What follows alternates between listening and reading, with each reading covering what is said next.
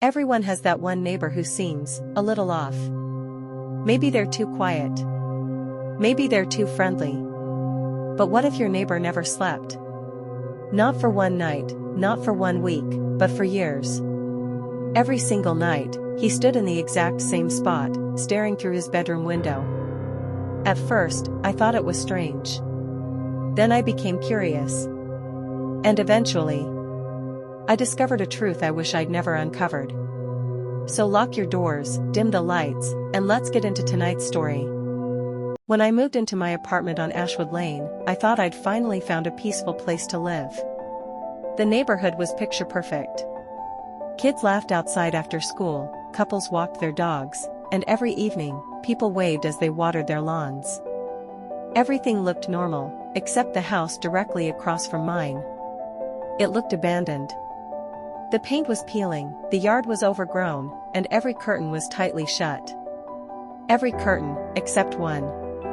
On the second floor, a single bedroom window stayed lit every night. Standing in front of it was a man wearing a dark hoodie. He didn't wave. He didn't move. He just stood there, looking out into the darkness. At first, I barely noticed him. But over the next few nights, I realized he was always there.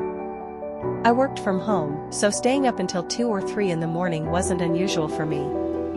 Whenever I needed a break, I'd stretch, grab a drink, and glance out the window. Every time, the man was still standing there.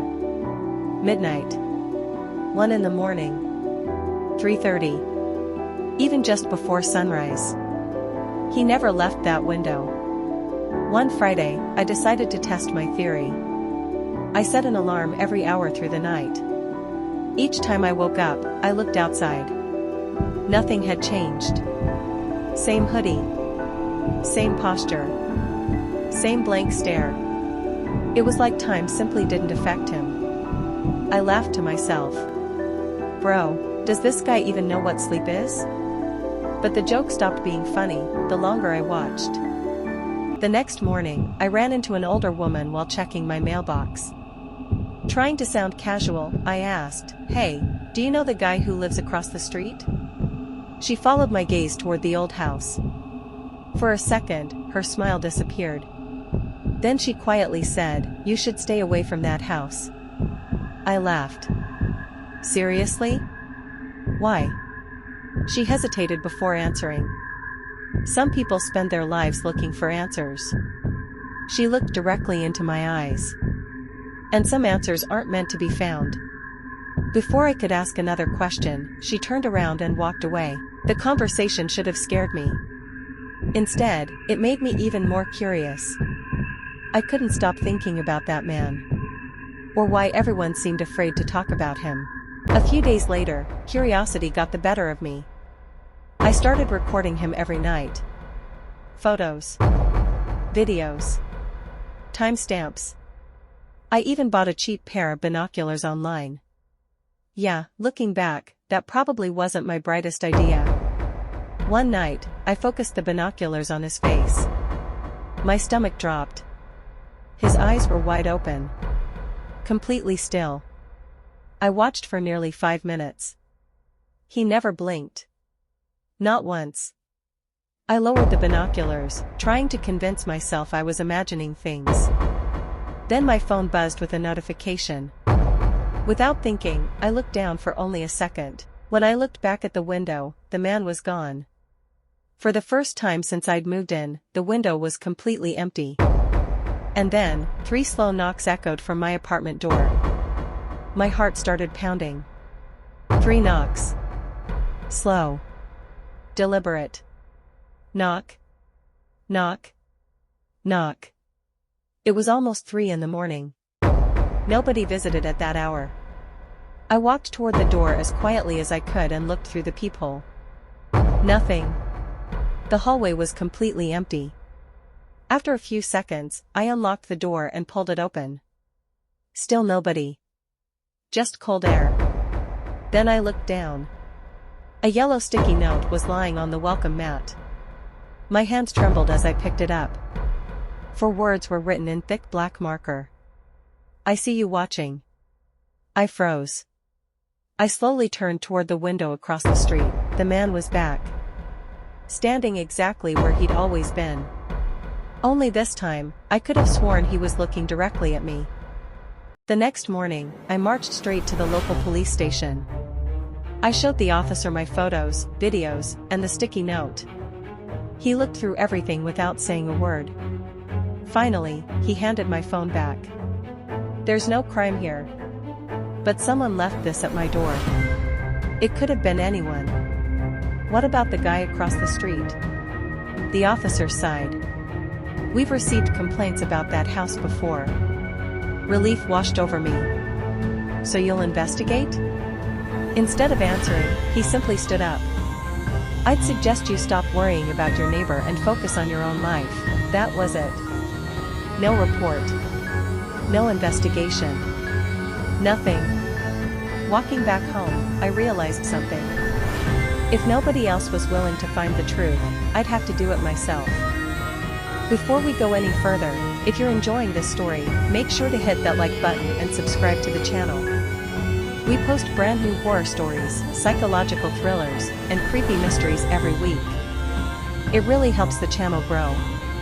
Now, let's find out what was really hiding inside that house. The following Saturday, I waited until after midnight. The entire neighborhood was asleep. I crossed the empty street and stood in front of house 218. My heart was racing. I expected the front door to be locked. Instead, it slowly creaked open the moment I touched the handle. Inside, the house was eerily empty. No furniture. No family photos. No television.